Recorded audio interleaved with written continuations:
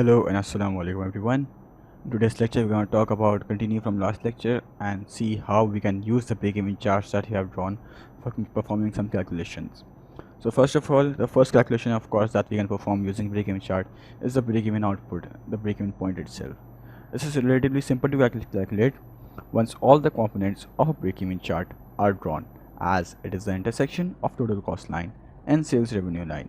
That is, sales revenue is equal to total cost line, which we have already seen over here. This is the point, that is the break-even point. So the intersection of total revenue and total cost gives us the break-even output. Moving on, we can also find profit or loss made by a business.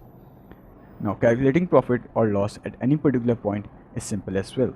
We just look at the difference between total sales revenue and total cost at that particular output level for which we want to calculate profit or loss. Positive difference indicates that the business is making a profit and negative difference indicates loss.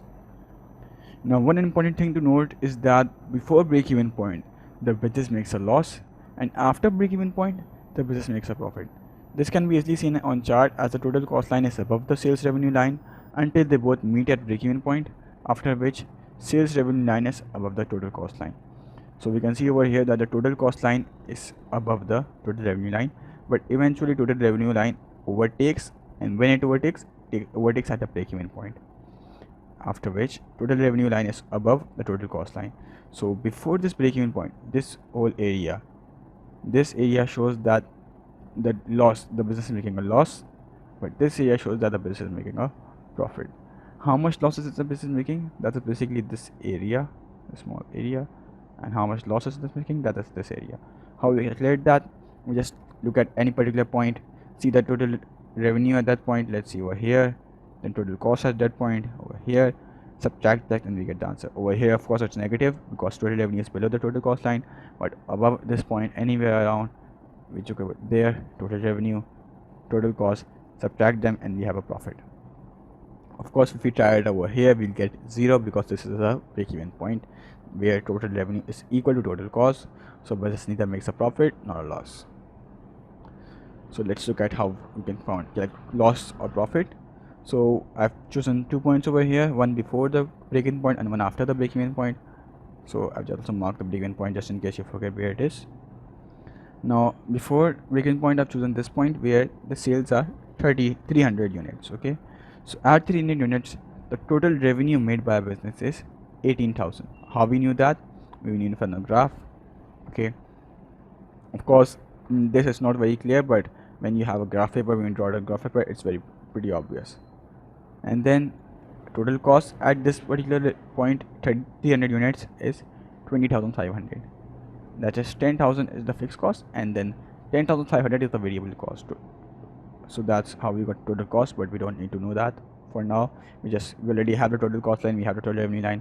We just look at both of those points and we just subtract that. So total revenue, that is $18,000 minus $20,050, that is the total cost, gives us negative 2,500. That means a loss of 2,500.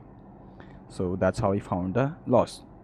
Now if you want a profit, so I've chosen this point, that is the 60.0, that means 600 units. So at 600 units the total revenue is 36,000. Okay, and total cost is 31,000. We subtract both of these and we get $5,000 as our profit that the business has made. So before break-even point we got a loss, after break-even point we got a profit. How do we know that? A positive answer indicates profit, a negative answer indicates loss. So using this information you can easily find the profit or loss at any point, any break-even chart. So, and final thing that we can find using break-even chart is the margin of safety units. It can be defined as the difference between the current output and the break-even output. It measures the quantity by which a firm's current output exceeds the level of output necessary to break even.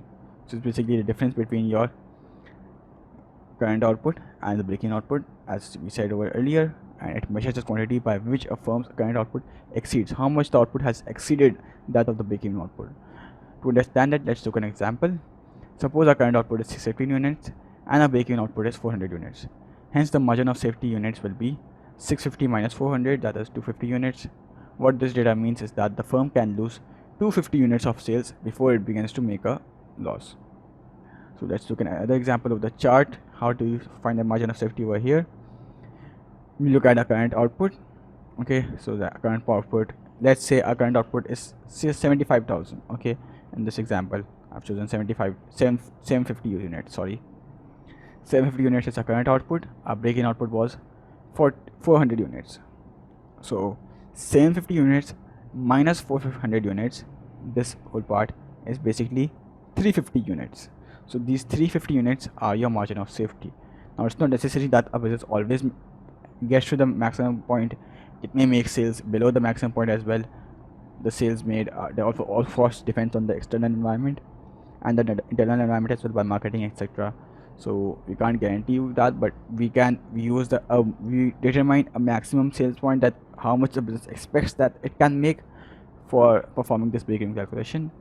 But when you know that your current output is, let's say, 600 units or 650 units, okay, somewhere over here. So we can say, okay, 650 units is our current output. Our break-even output is 400 units. 650 minus 400, then this area, this x-axis difference will give you your margin of safety unit, that will be 250 units. So I hope that is clear. We can find the break-even point, we can find profit and loss, and we can also find the margin of safety units. So moving on, we can also find what happens on the changes that happens on a break-even chart. So this whole table is going to simplify what happens when certain things on the break-even and the environment changes. What effect does it have on the break-even chart, the impact on the output, and other effects. But of course, as you all can know, this is pretty blur, so I've made it myself as well over here. Okay, so first thing we have is the change in business environment.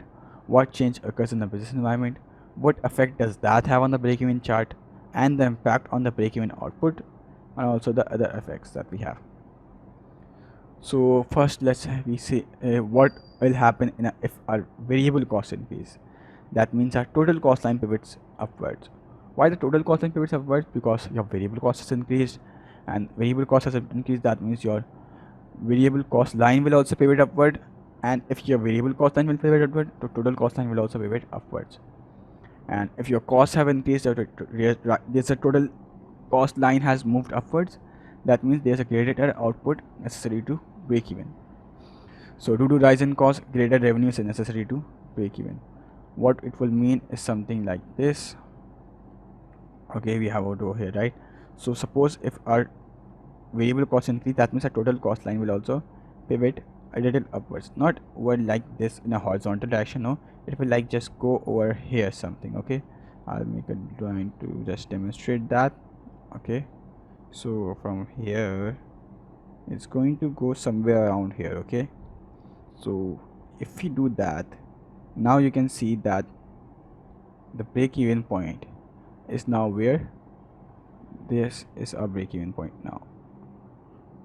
So in order to reach this break-even point, we need to have more revenue. Okay, first we could reach this break-even point when we made this particular revenue.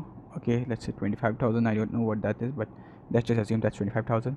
But now we need to have much more revenue, so let's just say 32,000. Okay, I'm just taking random examples, but I hope you get the idea that what is happening over here, that a total cost line has pivot upwards, and because of that a break-even output has increased, and break-even output has increased, that means we need to have increased total revenue in order to achieve this break-even point. So if our current sales was over here somewhere, then that means we would have been making a loss because we have not reached the break-even point yet. But if our current output, let's say, is over here, maximum output, we are still making a profit, but less profit as compared to previously, right? So let's just erase that. Moving on, a fall in variable cost.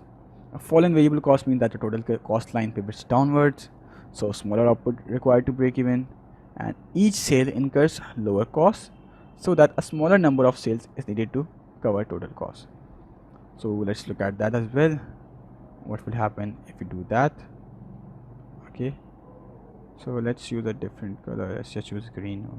So total cost and pivots downwards means, okay, instead of going over here straight, it goes a little pivot downwards. Okay, so when it is pivot downwards, you can see over here that the break-even point is now somewhere around here, right?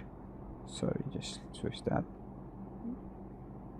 Yeah, it's somewhere around here, so it's somewhere like this. Okay, this is our new break-even point. So as you can see, it's much less than the previous break-even point, so we need fewer sales revenue to reach this break-even point and we make a greater profit.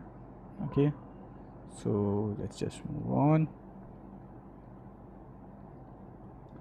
Now what will happen if our fixed cost increase?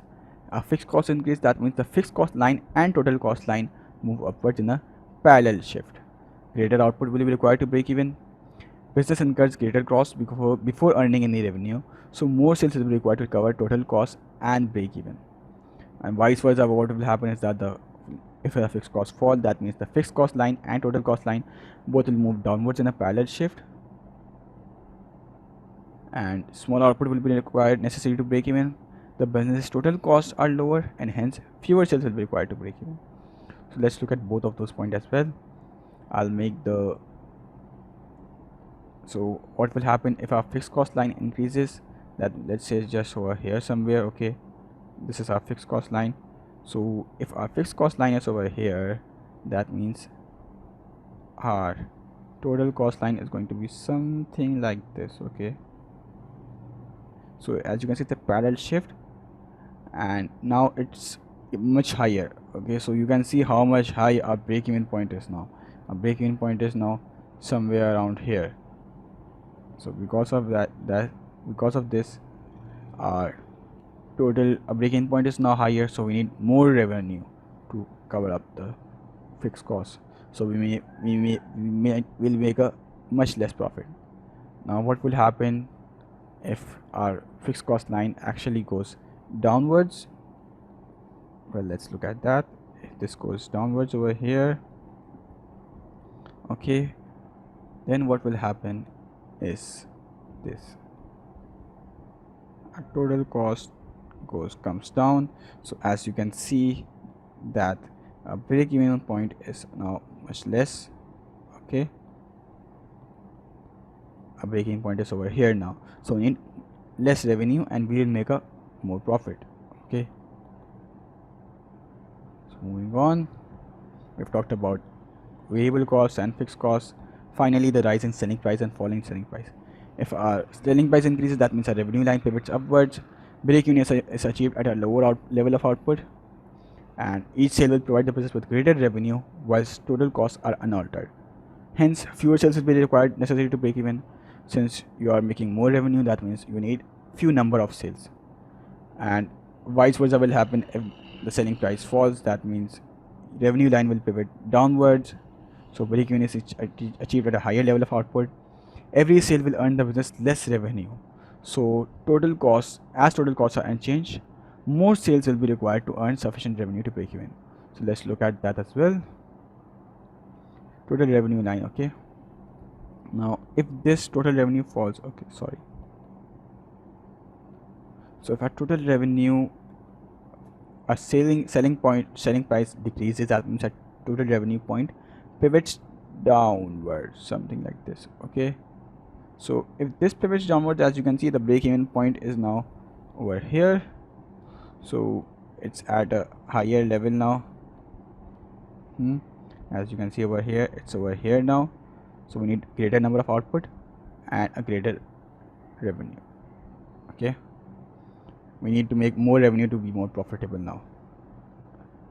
What will happen vice versa? Let's look at that as well.